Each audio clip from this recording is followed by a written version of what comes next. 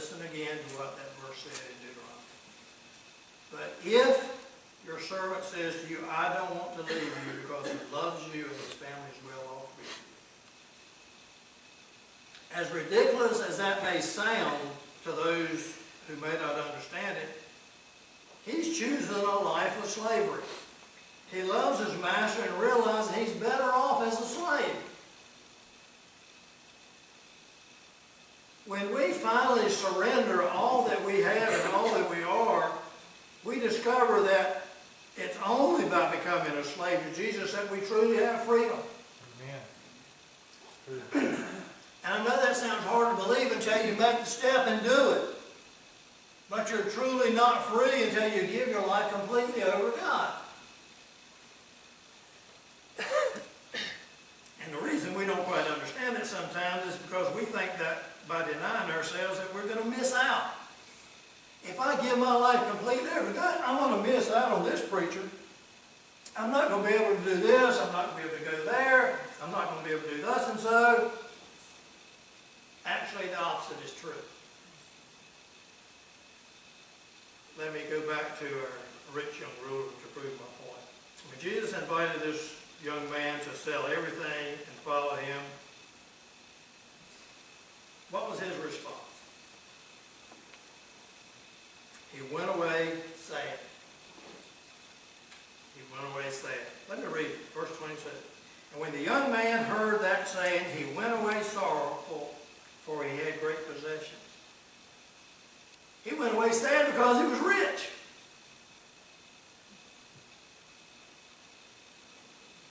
He didn't give up everything he had and be happy. And because he didn't give up anything, he went away because he was rich.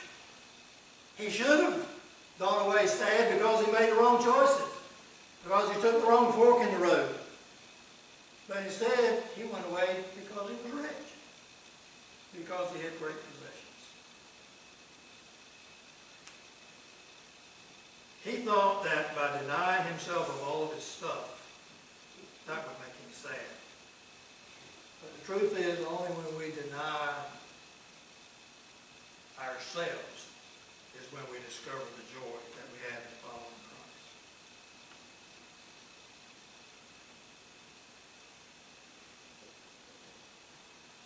But he's going to send me someplace I don't want to go.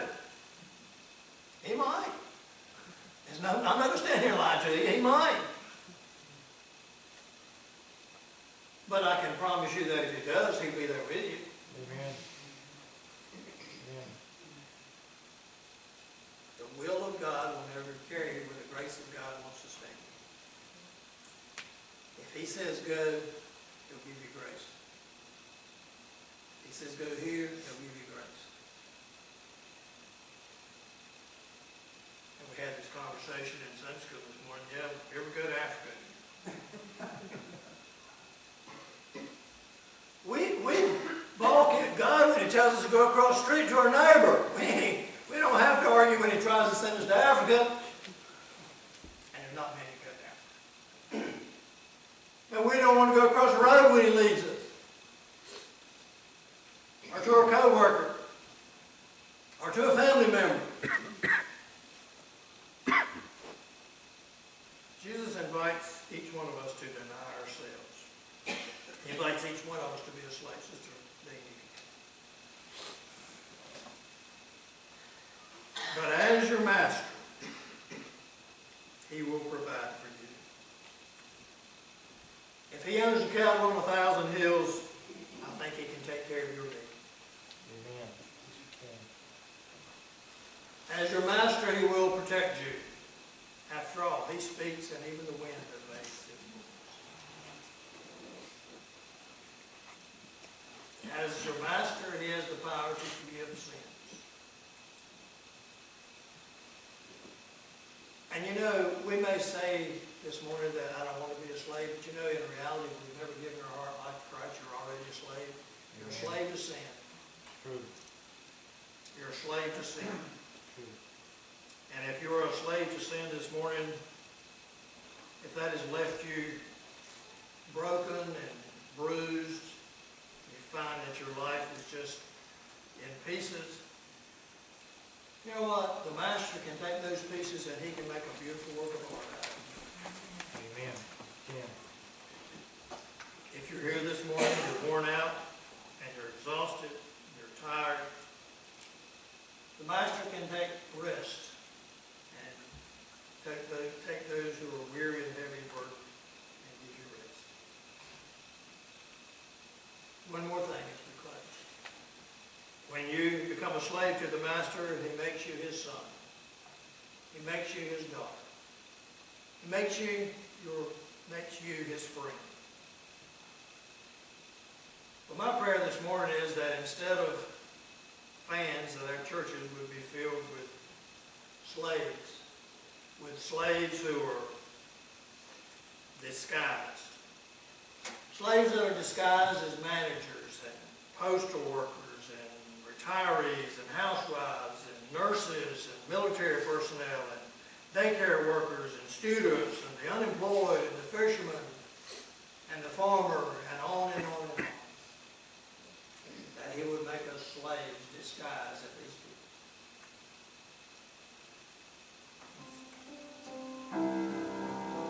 Jesus isn't as interested in your profession as he is in you.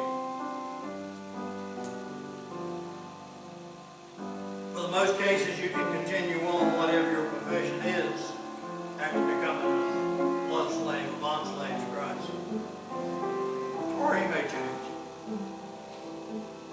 Some of you would welcome that change.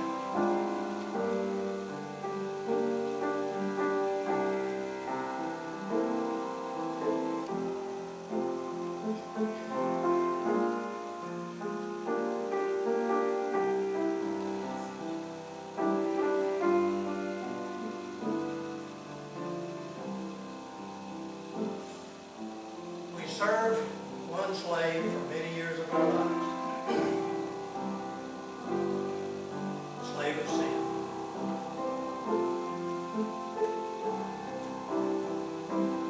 My question to you this morning, if that is you,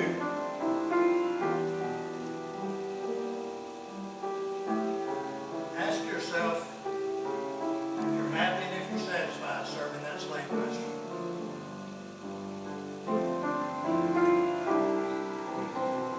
And if the answer happens to be no, let me suggest that we try to become the slave of another master.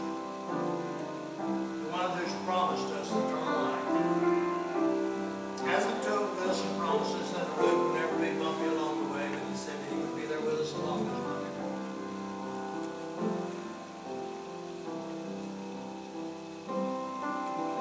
I'm going to ask everyone to bow their heads and close their eyes.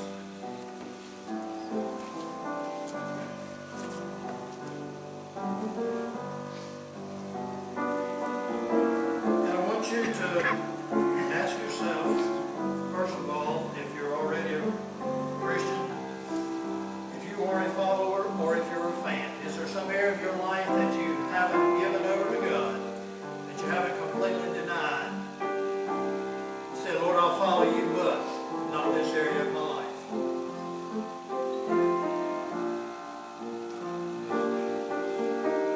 And ask him to help you change that if your answer is yes, I'm focused on that. But if you're here this morning and you've never made that commitment, or maybe you did years and years ago, but for whatever reason or reasons, you turned your back on God, and you're no longer a bond slave to him. You don't have the assurance that if you died today that you'd be walking in the presence of God. I would ask you to find the courage, find the strength, and ask God to come into your life.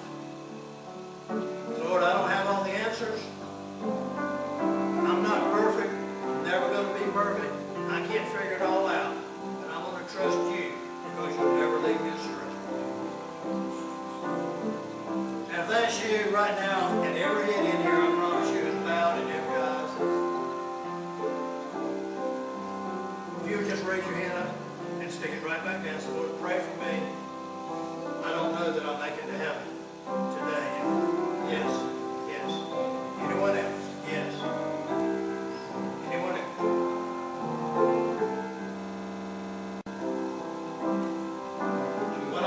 right now is I'm gonna ask, so nobody feels like they're being singled out, I'm asking everybody one more time to come around this altar. And as you come right now, every one of you.